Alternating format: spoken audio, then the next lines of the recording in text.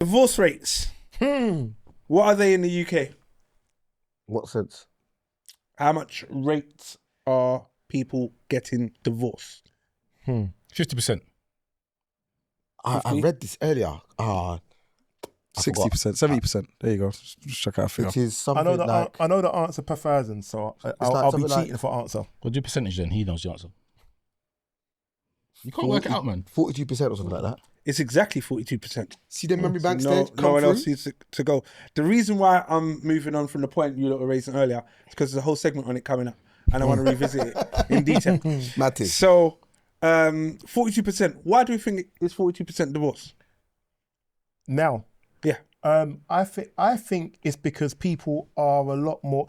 If you think of our parents stayed the whole relationship.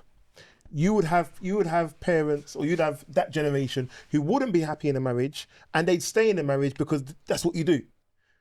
If you're talking about even our age range now, people don't have to do that. You don't have to stay in an unhappy relationship. You don't have to stay in an unhappy marriage. You can get divorced. You can get married at 60 odd, 70 odd, and find happiness in life. So people are not, they're not forcing themselves to stay in a marriage just for the sake of saying, I'm married. Happiness is the most important thing for them. I actually know that the real answer is because people die in the relationship. That's the reason. Mad. Because people are dead. That's how the marriages end because the people die. Oh, that's the higher percentage of why Marriages end. end. Yeah. Okay. Oh, right. No, I said divorce. Oh, specifically divorce. Yeah. To the 42% wrong. I mean, that would make sense. I mean, 16. Definitely. You know what I mean? Do you know what? Don't worry. I would think. I think it's because people potentially rush into things, I was going to say that. and in the honeymoon in the honeymoon period, people take the honeymoon period as being life, as in this is what it's going to be all the time, and then they don't work out the 5% or the 10% which I spoke about earlier. Like, I don't necessarily like this. I don't like that you don't wrap your hair, or I don't like that you wear a headscarf at, you know what I mean? These little things. And I think when people start to realize, oh, I don't like that, and they're sitting down at dinner, yeah, I did love you or whatever, but now I don't. I think it's that getting into it too quickly. There's an element of it though. A lot of people don't get married because they are already living with their partner. Like I read one stat. It said that people that are married was 49%. First time it fallen under 50% in 2022.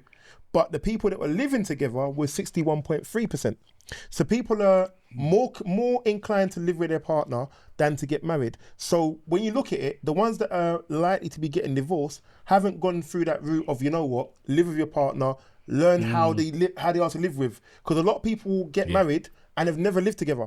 Even a first holiday. Like, I think first holiday with a prospective partner is very, very important. Very important. That is a weekend or a week to see what that person's like, or they get to see what you're like. And it might be, my man don't brush his teeth at night before he goes to bed. He might brush them in the morning, but at night he don't. Or he just throws his clothes on the, you know what I mean? It's little things. Those are the little things that you need to look for before you start getting into things, because it comes back to that, not saying you're comparing them to your mum, but you're comparing them to a level.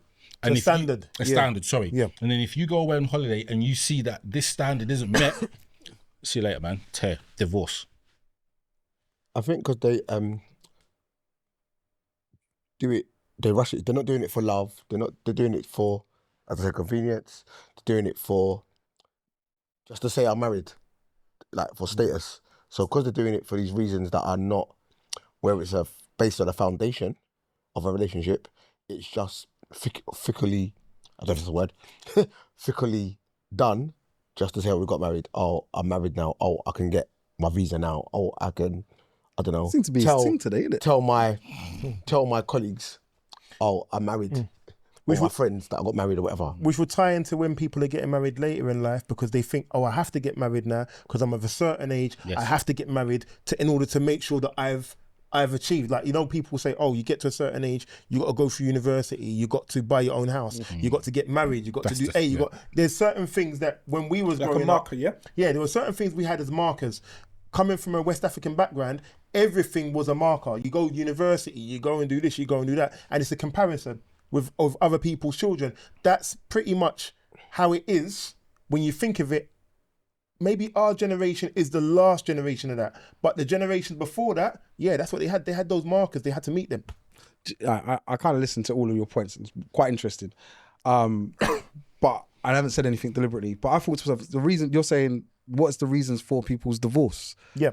And some of it is, it comes straight down to the beginning point I made, which is just not being friends with them. And like I said, if your partner is your best friend, you then go through the things that would actually break me and my best friends up.